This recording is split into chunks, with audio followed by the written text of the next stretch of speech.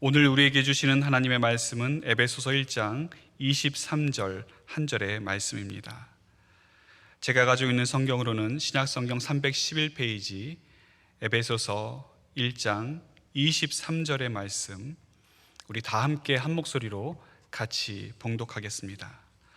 교회는 그의 몸이니 만물 안에서 만물을 충만하게 하시는 이의 충만함이니라. 아멘. 미국의 유명한 교회 연구 전문가이면서 또 목회자로 지금 활동하고 있는 톰 레이너라고 하는 분이 14개 교회가 미국에서 문을 닫게 최근에 되었는데, 어떻게 해서 그 교회가 문을 닫게 되었는지 사례를 연구하면서 죽은 교회를 부검하다라고 하는 책을 발표를 했습니다. 그 책에 보면 그 교회들이 죽게 될 수밖에 없었던 이유를 여러 가지로 이야기하고 있습니다. 그 대표적인 것이 무엇이냐면, 이 교회들은 과거의 영광에만 머물러 있었다라고 하는 것입니다. 교회의 현재는 중요하지 않고 우리의 교회가 과거에 얼마나 대단했었는지, 얼마나 많은 사람들이 모였었고 또 얼마나 많은 사역들을 힘있게 감당했었는지 과거의 일에만, 과거에만 매여 있다 보니까 새로운 시대적 변화에는 전혀 대처를 하지 못했고 결국에는 도태될 수밖에 없는 그런 교회가 되었다, 이렇게 이야기를 합니다. 두 번째는 이 교회들이 시설에만 너무 치중해 있었다 이야기를 합니다. 교회가 좋은 시설을 갖추고 또 사람들의 편의를 생각해서 사람들의 복지를 위한 시설들을 많이 갖추게 되면 교회가 부흥할 줄 알았는데 처음에는 좋았습니다. 그런데 그 교회의 시설을 운영하면서 여러 가지 잡음이 일어나게 됐고 또 그 교회의 목적과 취지가 이 시설을 유지하는 데만 집중되어 있다 보니까 사람들 사이에 분란이 일어나게 되고 결국은 교회가 갈라지게 되는 요인이 되었다고 합니다. 마지막 세 번째가 참 우리 한국교회 오늘날도 굉장히 중요한 시사점을 던져주고 있습니다. 그것은 뭐냐 하면 이 14개의 교회들이 어떠한 일을 행했는가? 교회의 중요한 본질과 사명을 잊어버렸다라고 하는 것입니다. 여러분, 교회의 본질과 사명이 무엇입니까? 교회의 핵심은 복음입니다. 그리고 그 복음을 전하는 것이 교회의 중요한 사명 아니겠습니까?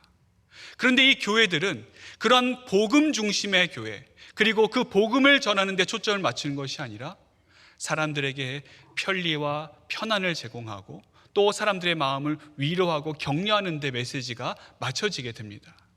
무엇보다도 하나님 중심이 아니라 사람 중심의 교회가 되다 보니까 처음에는 많은 사람들이 모여들고 반짝 빛을 내는가 싶더니 종국에는 종말을 맞이하게 되었다, 그렇게 이 책은 지적을 합니다. 교회가 무엇인가? 교회가 어떤 곳인가? 교회의 본질이 무엇이고 교회의 사명이 무엇이 되어야 되는가? 우리가 그 질문에 대한 답을 찾기 위해서는 성경에서 찾아야 합니다. 성경에서 그 답을 찾지 않으면 결국 그 교회는 빗나갈 수밖에 없습니다. 성도 여러분, 교회가 어떤 곳입니까? 교회는 거룩한 곳입니다. 교회가 어떻게 거룩해질 수가 있겠습니까? 그것은 거룩하신 하나님께서 계신 곳이기 때문에 교회는 거룩한 곳입니다. 복음서에 보면 예수님께서 성전을 정화하신 사건들이 나옵니다. 이 사복음서에 공이 나오는 사건인데, 예수님께서 예루살렘 성전에 들어가셔서 장사하는 자들을 보셨습니다. 특별히 요한복음에 보면 그들을 보시고 그들이 앉아있는 상과 의자를 뒤엎으시면서 예수님께서 이렇게 말씀하십니다. 이것들을 여기서 가져가라. 내 아버지의 집으로 장사하는 집을 만들지 말라. 예수님께서 성전을 어떻게 보셨습니까? 내 하나님 아버지께서 계신 내 아버지의 집으로 성전을 보셨습니다. 교회라고 하는 단어가 궁극적으로 예수님께서 직접 언급하신 것은 신약성경에 딱 2번 나옵니다. 교회라고 하는 단어 직접 언급하신 것이 단 2번인데 그 첫 번째가 가이사랴 빌립보에서였습니다. 예수님과 제자들이 가이사랴 빌립보에 이르렀을 때 예수님께서 갑자기 뜬금없이 질문 하나를 던지십니다. 사람들이 나를 무엇이라고 하느냐? 세례 요한, 엘리야 또는 선지자라고 합니다. 그러면 너희는 나를 누구라 하느냐?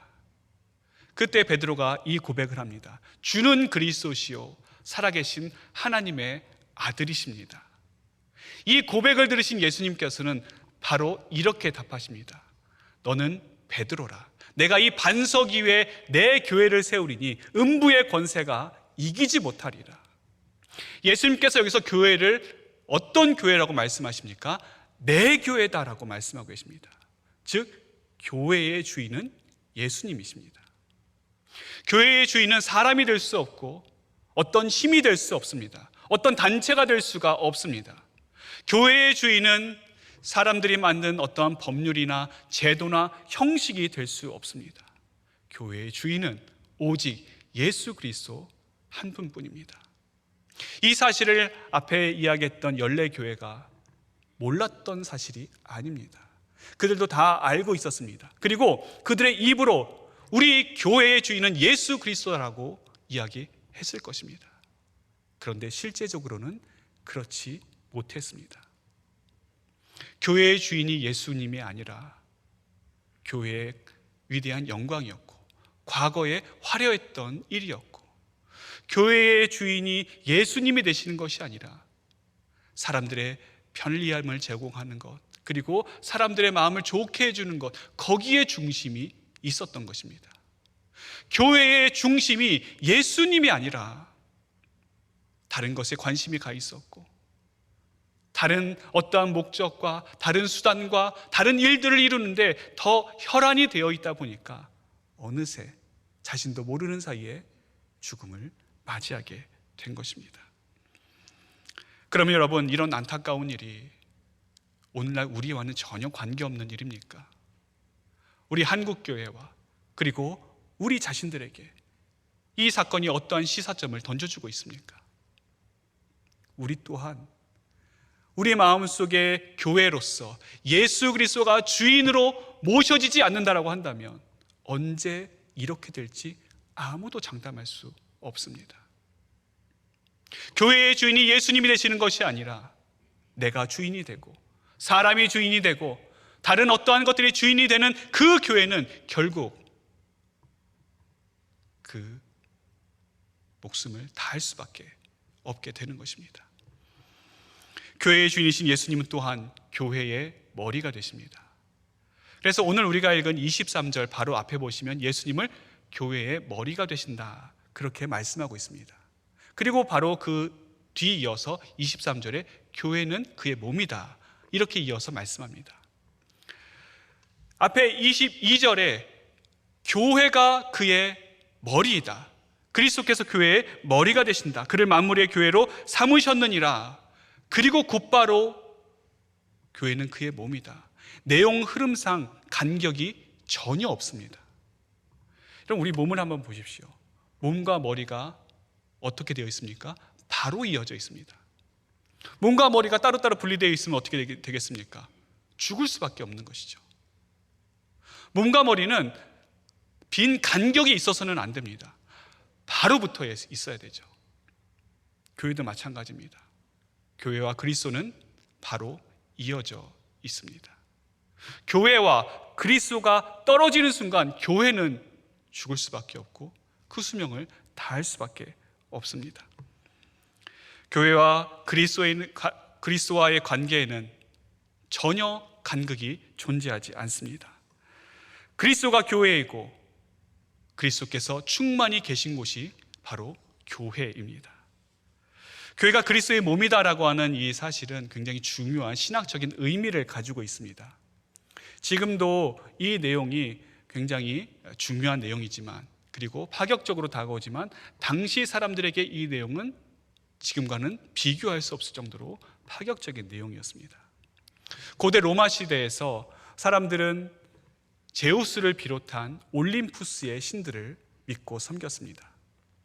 자신들이 섬기는 신, 그 신들을 위해서 신전을 아주 커다랗게 지었는데 거기에는 이유가 몇 가지 있습니다. 첫 번째는 자신들이 믿는 신의 위용과 또 위엄을 자랑하기 위해서입니다.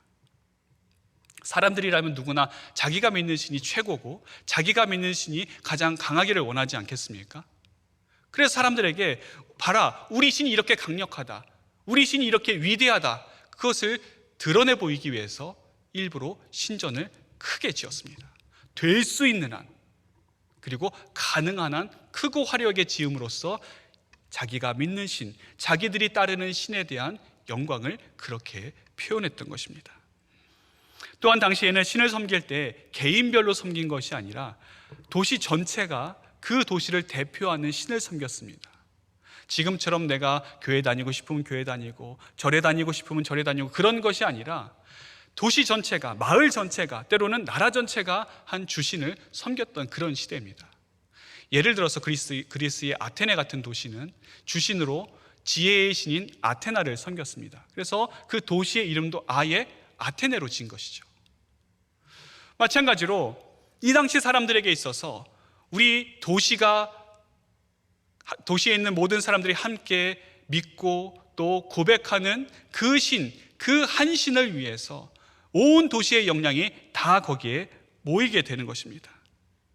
그래서 될 수 있는 한 신전을 크게 지으면서 우리가 믿는 신이 이렇게 우리에게 축복을 주는 신이고 우리를 이렇게 잘 보살펴주는 신이라고 하는 것을 그 도시에 방문하는 사람들이 직접 눈으로 볼 수 있도록 그렇게 신전을 일부러 크게 지었던 것입니다. 그러다 보니까 자연스럽게 이 신전을 중심으로 사람들이 모여들게 되었고 그 신전이 있는 곳은 그 나라나 도시의 정치, 경제, 사회, 문화 모든 것의 중심지가 되었습니다. 그런데 여러분, 그 당시 에베소 교회는 어땠습니까? 제가 예전에 에베소 지역에 성지 순례를 한번 간 적이 있는데 그 에베소 지역이 섬겼던 신이 성경에는 아데미라고 나오는 풍요와 다산의 신인 아르테미스 여신입니다. 근데 이 아르테미스 여신을 섬기는 에베소는 당시 로마 제국 전체를 통틀어서 5손가락 안에 드는 아주 부유한 국가였습니다. 그런 국가가 섬기는 이 신의 신전이 얼마나 크고 광대했겠습니까? 길이가 무려 120m, 그리고 너비가 약 60m, 높이가 약 20m 정도 되는 아주 커다란 신전을 그 당시 사람들이 지었습니다. 그 당시 기술로 어떻게 이렇게 크고 화려한 신전을 지을 수 있을까? 그것이 아직까지도 사람들이 풀기 어려운 숙제로 남아있기 때문에 지금 고대 세계 7대 불가사의 중에 이 아르테미스 신전이 올라와 있을 정도입니다. 그 아르테미스 신전을 보면서 에베소 교회의 성도들은 믿음 생활을 했던 겁니다. 여러분, 에베소 교회에 무슨 변변한 건물이 있겠습니까? 그 당시 예수 그리스도를 믿는다라고 하는 사실 하나만으로도 핍박받고 죽음을 당하는 시절에 무슨 커다란 성전을 지을 수가 있었겠습니까?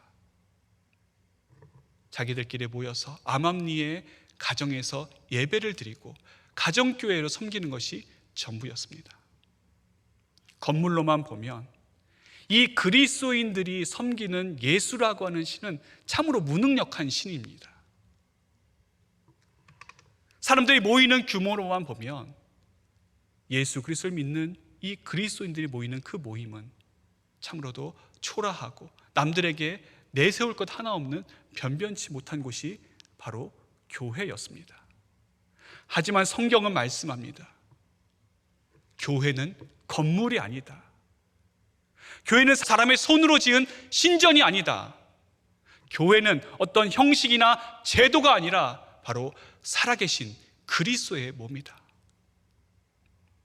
교회는 인간의 손으로 지은 것을 초월합니다. 교회는 건물 안에 갇혀 있는 것이 아닙니다. 교회는 우리가 예수님께서 이 교회에 거하시기에 편하시도록 그렇게 사람의 손으로 만든 것이 아니라 온 우주의 창조자시고 만물을 주관하시는 그 주님께서 직접 거하시는 곳이 바로 교회인 것입니다. 그렇기 때문에 이 교회에 대한 우리 마음과 이 교회에 대한 우리 생각이 어떠해야 되는지를 성경이 우리에게 말씀해 주고 있는 것입니다. 그 교회의 주인 되신 예수님께서 어떤 형식으로 교회에 거하시는가? 바로 머리로서 거하십니다. 그러므로 그분을 믿고 따르는 교회는 자연스럽게 그분의 몸이 되는 겁니다. 몸은 단순히 머리 아래 붙어 있는 부품이 아닙니다. 몸과 부품은 차이가 있죠. 몸은 인격적이지만 부품은 비인격적입니다. 그래서 몸은 어느 한 군데가 이제 고장이 나거나 아프게 되면 다른 새 걸로 교체하지 않습니다. 하지만 부품은 문제가 생기면 새 걸로 교체해버리면 끝입니다. 또한 몸은 몸 전체가 한 동질성을 가지고 있습니다. 그래서 몸의 어느 한 곳이 아프게 되면 거기만 아픈 것이 아니라 그 고통을 모든 몸 전체가 다 공유합니다. 하지만 부품은 다릅니다. 부품은 문제가 생긴 거기만 상관이 있고 나머지는 크게 영향을 미치지 않습니다. 개별적인 것이죠. 제가 언젠가 제 차에 소리가 크게 나서 공업사에 맡긴 적이 있습니다. 그 정비하시는 분이 한참을 보시더니 조그만 부품 하나만 갈면 된다는 겁니다. 그래서 제가 정말 이 부품 하나만 갈면 됩니까? 소리가 그렇게 크게 나는데 다른 데는 문제가 없습니까? 그랬더니 그분이 하시는 말이 전혀 문제 없습니다. 이것만 갈면 됩니다. 그래 믿고 맡겼더니 정말 문제가 없더라고요. 몸과 부품은 전혀 다릅니다. 교회가 그리스도의 몸이라고 하는 것은 교회가 그리스도와 인격적으로 이어져 있고 그리고 동질성을 가지고 연결되어 있다라고 하는 의미입니다. 교회가 마음에 안 들다고 그리스도께서 교회를 다른 단체나 다른 모임으로 바꾸시지 않습니다. 그리스도께서는 교회를 위해 십자가에 죽으셨고 교회를 위해 부활하셨습니다. 교회가 완벽해서가 아닙니다. 교회를 그리스도께서 사랑하시기 때문입니다. 여러분, 자기 몸이 마음에 안 든다고 다른 새 걸로 교체하는 사람이 누가 있겠습니까? 요즘은 의학의 발달해서 어떤 장기라든지 신체의 일부분을 다른 걸로 바꿀 수가 있지만 그런다고 건강해지는 게 아닙니다. 오히려 부작용이 생길 수 있고 그 잘못된 수술로 인해서 심지어 목숨까지도 잃을 위험성이 있습니다. 태어날 때부터 이어진 몸과 머리는 그렇기 때문에 죽을 때까지 하나로 쭉 가는 것이 가장 자연스럽습니다. 교회에 있어서 그리스도가 유일한 분이듯 그리스도께 있어서 교회 또한 독보적입니다. 교회와 그리스도가 동질성으로 이어져 있기 때문에 교회의 아픔이 곧 그리스도의 아픔이 됩니다. 예루살렘 교회의 가장 큰 핍박자였던 사도 바울, 그가 바울이 되기 이전에 교회가 잔멸할 정도로 굉장히 많은 핍박과 박해를 가했었습니다. 그리고 이제는 다메섹까지 가서 예수 믿는 자들 잡아다가 공회로 넘기려고 하는데 그 다메섹에서 예수님을 만나게 됩니다. 그때 예수님께서 뭐라고 말씀하십니까? 사울아, 사울아, 주여 누구십니까? 나는 내가 박해하는 예수라. 예수님께서는 교회의 박해를 자신의 박해로 여기셨습니다. 예수님께서는 교회가 당하는 아픔과 고통을 자신의 것으로 여기셨습니다. 그러므로 믿는 분들 중에 내가 그리스도는 사랑하는데 교회는 사랑하지 않는다? 내가 교회를 중요하게 생각하지 않는데 그리스도는 나에게 정말 중요한 분이다. 그렇게 이야기하는 분이 있다면 교회와 그리스도와의 관계를 잘 알지 못하는 분입니다. 교회의 가장 바른 모습은 그리스도의 몸으로서의 모습입니다. 몸은 생각하는 기관이 아닙니다. 생각은 어디가 합니까? 머리가 하죠. 몸은 생각을 머리가 하게 되면 신경을 통해서 지시된 그 지시를 따라서 순종하고 그대로 움직이면 됩니다. 그런데 그렇지 않고 몸이 자기가 생각한다고 움직이게 되면 몸은 멋대로 움직이게 되는 것이죠. 또 머리가 지시를 내리는데, 머리가 생각하고 판단을 내려서 명령을 내리는데 그것을 몸이 이행하지 않으면 어떻게 되겠습니까? 그게 바로 마비가 되는 것입니다. 제가 군대 시절에 한 번은 훈련을 하게 되었는데 그 훈련이 참 여러 가지로 어렵다가 훈련을 망친 적이 있습니다. 왜 그런가 봤더니 밑에 있는 이제 병사들이 작전대로 하지 않고 또 내려온 지시대로 하지 않고 자기 임의대로 판단을 하고 생각을 해서 그냥 하다 보니까 완전히 이 계획이 다 어그러져 버린 겁니다. 그때 한 지휘관이 이런 얘기를 했습니다. 너희가 뭔데 생각을 하느냐? 너희가 뭔데 판단을 하느냐? 너희 멋대로. 충분히 위에서 윗사람들이 계획을 짜고 작전을 세워서 정말 오랜 시간 동안 이것을 준비했는데, 이 훈련을 준비했는데 왜 보고도 제대로 하지 않고 너희 멋대로 해서 이렇게 훈련을 엉망으로 망가뜨리느냐? 제가 그 모습을 보면서 머리가 내리는 지시를 몸이 이행하지 않을 때 어떤 일이 벌어지는지를 절실히 느낄 수가 있었습니다. 몸인 교회가 머리 대신 그리스도의 말씀과 명령을 따르지 않는다라고 한다면 그 교회는 바로 세워질 수가 없습니다. 우리 교회가 주님의 교회로서, 주님의 몸으로서 살아가기 위해서는 주님의 말씀이 절대적입니다. 주님의 명령에 우리가 따르지 아니하면 우리는 그리스도의 몸인 교회로서 살아갈 수가 없게 되는 것입니다. 어떤 힘 있는 사람들이나 유력한 사람들에 의해서 교회가 움직이는 것이 아니라 어떤 조직이나 단체에 의해서, 그들에 의해서 교회의 중요 사항들이 이루어지는 것이 아니라, 만일 그렇게 된다면 그 모임은 종교 모임은 될 수 있을지 모르지만 그리스도의 참된 교회라고는 할 수가 없습니다. 그리스도의 몸된 교회는 그 안에서 그리스도의 충만함을 경험하게 됩니다. 오늘 본문 마지막에 보시면 그리스도의 충만함을 어디에서 찾을 수가 있는가? 바로 교회에서 찾을 수가 있다라고 말씀을 합니다. 그래서 말씀합니다. 교회는 그의 몸이니 만물 안에서 만물을 충만하게 하시는 이의 충만함이니라. 하나님의 사람 마틴 로이드 존스 목사님은 이 구절에 대해서 이렇게 이야기합니다. 교회 안에는 그리스도의 충만함이 있기에 교회 안에 있는 우리 또한 그 충만함의 일부다. 여러분, 얼마나 놀라운 이야기입니까? 우리가 교회에 나와서 신앙생활을 하는데, 그래서 그 신앙생활을 통해서 그리스도의 충만함을 받기도 하지만 그 충만함을 받은 우리 스스로가 그 충만함의 일부가 된다. 그 예수 그리스도 충만하심의 일부로서 작용하고 일부로서 살아가겠다라고 하는 것이 여러분, 우리에게 얼마나 큰 은혜가 되는지 모릅니다. 어떤 분들은 자신이 섬기는 교회 없이 스스로 신앙생활을 할 수 있다라고 이야기를 합니다. 교회에 나가봤자 시끄러운 소리만 듣고 보고 싶지 않은 사람들만 보게 되고, 또 교회에 나가봤자 내가 실망만 하게 되고 그냥 나 혼자 온라인으로 한 주는 이 교회, 한 주는 저 교회 돌아다니면서 신앙생활하는 것이 훨씬 더 은혜롭다, 그렇게 이야기하는 분들이 있습니다. 그러나 여러분, 아닙니다. 우리는 그리스도의 충만함을 어디에서 찾을 수가 있는가? 바로 교회에서 찾을 수가 있습니다.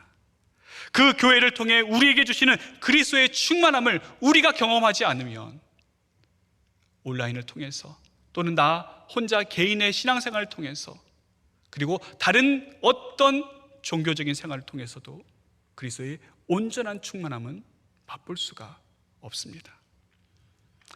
우리가 교회를 통해서 그리스도의 충만함을 누릴 때에 그 충만함을 통해 우리에게 주시는 하나님의 놀라운 생명과 능력이 있습니다. 기독교 교리를 집대성한 칼빈의 기독교 강요에 보면 칼빈이 교회에 대해서 이런 이야기를 합니다. 하나님은 교회를 통해 우리를 부르시고 양육하시며 보호하신다. 하나님께서 우리를 부르시는데 어디로 부르시는가? 교회로 부르신다는 것입니다. 그리고 그 교회에서 우리를 양육하시고 보호하신다. 그리고 이어서 이렇게 이야기합니다. 교회는 믿는 자들의 어머니로서 하나님께서 친히 주신 신앙의 통로이다. 교회가 믿는 자들의 어머니라고 하는 것입니다. 어머니 뱃속에 있는 태아를 여러분 한번 생각해 보십시오. 이 태아와 어머니는 탯줄로 연결되어 있습니다. 탯줄로부터 영양분과 또 생명을 공급받지 않으면 이 태아는 죽을 수밖에 없습니다.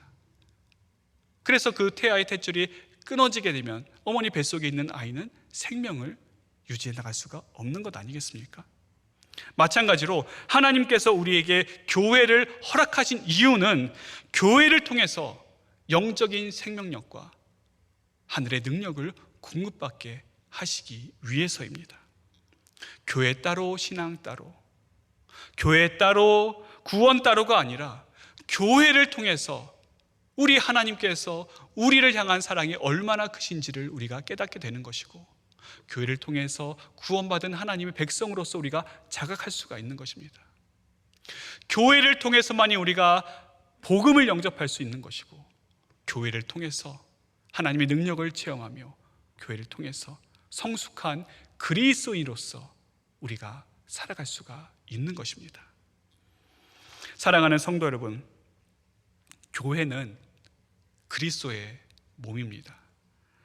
우리 모두가 다 그리스도의 한 지체이기 때문에 교회를 통해 그리스도의 충만함 속으로 들어갈 수가 있습니다. 그리고 교회 안에 있는 그 그리스도의 충만함을 우리가 맛볼 수가 있고, 그 충만함을 맛본 우리는 세상에 나가 그리스도의 복음을 전하는 자들로 살아갈 수가 있는 것입니다. 교회의 사명은 교회가 그리스도의 몸일 때만 제대로 수행할 수가 있습니다. 교회의 사명을 우리의 실력으로, 우리의 의지로, 우리의 생각으로, 우리의 노력으로 하다 보면 그 사명이 어느샌가는 교회의 사명이 아니라 나의 개인적인 사명이 되어버리게 되고, 내 개인적인 일로 그렇게 변질되고 맙니다. 그래서 내가 복음을 전한다고 이야기는 하지만 교회의 몸 대신, 교회의 머리 대신 예수 그리스도에 대한 생각이 없기 때문에 잘못된 복음을 전하게 되고 잘못된 교회론을 전파하게 되는 것입니다. 많은 분들이 교회가 세상의 소망이라고 이야기를 합니다. 교회가 세상의 진정한 소망이 되기 위한 첫 출발점은 바로 여기 그리스도의 몸된 교회에서부터 시작이 되어야 합니다. 마찬가지로 우리가 바른 신앙생활을 하기 위해서는 그리스도의 몸된 교회를 떠나서는 안 됩니다. 주님의 몸된 교회를 사랑하며 그 안에 거할 때에만 우리가 비로소 바른 신앙생활을 할 수 있게 됩니다. 코로나가 한참 진행하다가 이제 어느 정도 마무리가 되고 다시 교회로 나오게 되었을 때 어떤 성도님이 그런 이야기를 하셨습니다. 목사님, 교회에 오니까 너무 좋아요. 온라인으로 우리가 어쩔 수 없이 예배를 드렸지만 교회에 와서 예배 드리니까 살아계신 하나님을 만나는 것 같고, 성도 간의 교제를 통해서 믿음이 더욱 자라나는 것 같고, 정말 우리의 믿음이, 나의 믿음이 살아있는 것을 느끼게 됩니다. 아마 그분의 고백뿐만이 아니라 여기 계신 모든 분들이 다 공히 느끼셨을 것입니다. 그래서 교회가 중요한 것이죠. 그래서 교회가 소중한 것입니다. 그래서 그리스도께서 교회를 사랑하셨고, 그리스도께서 사랑하신 그 교회를 우리 또한 사랑해야 되는 것입니다. 오늘 우리에게 주신 말씀을 깊이 묵상하면서 우리 삶 속에 주님의 몸된 교회를 사랑하고 그 교회 안에서 주님을 찬양하며 주님의 놀라운 충만하심을 우리 마음에 새기고 그 충만함을 세상에 나가 전하는 그리스도의 사람으로 살아가는 우리가 되어야 할 것입니다. 기도하겠습니다. 하늘에 계신 우리 아버지여, 이름이 거룩히 여김을 받으시오며 나라의 마옵시며 뜻이 하늘에서 이룬 것 같이 땅에서도 이루어지이다. 오늘날 우리에게 일용할 양식을 주옵시고 우리가 우리에게 죄 지은 자를 사하여 준 것 같이 우리 죄를 사하여 주옵시고 우리를 시험에 들게 하지 마옵시고 다만 악에서 구하옵소서. 대개 나라와 권세와 영광이 아버지께 영원히 있사옵나이다. 아멘.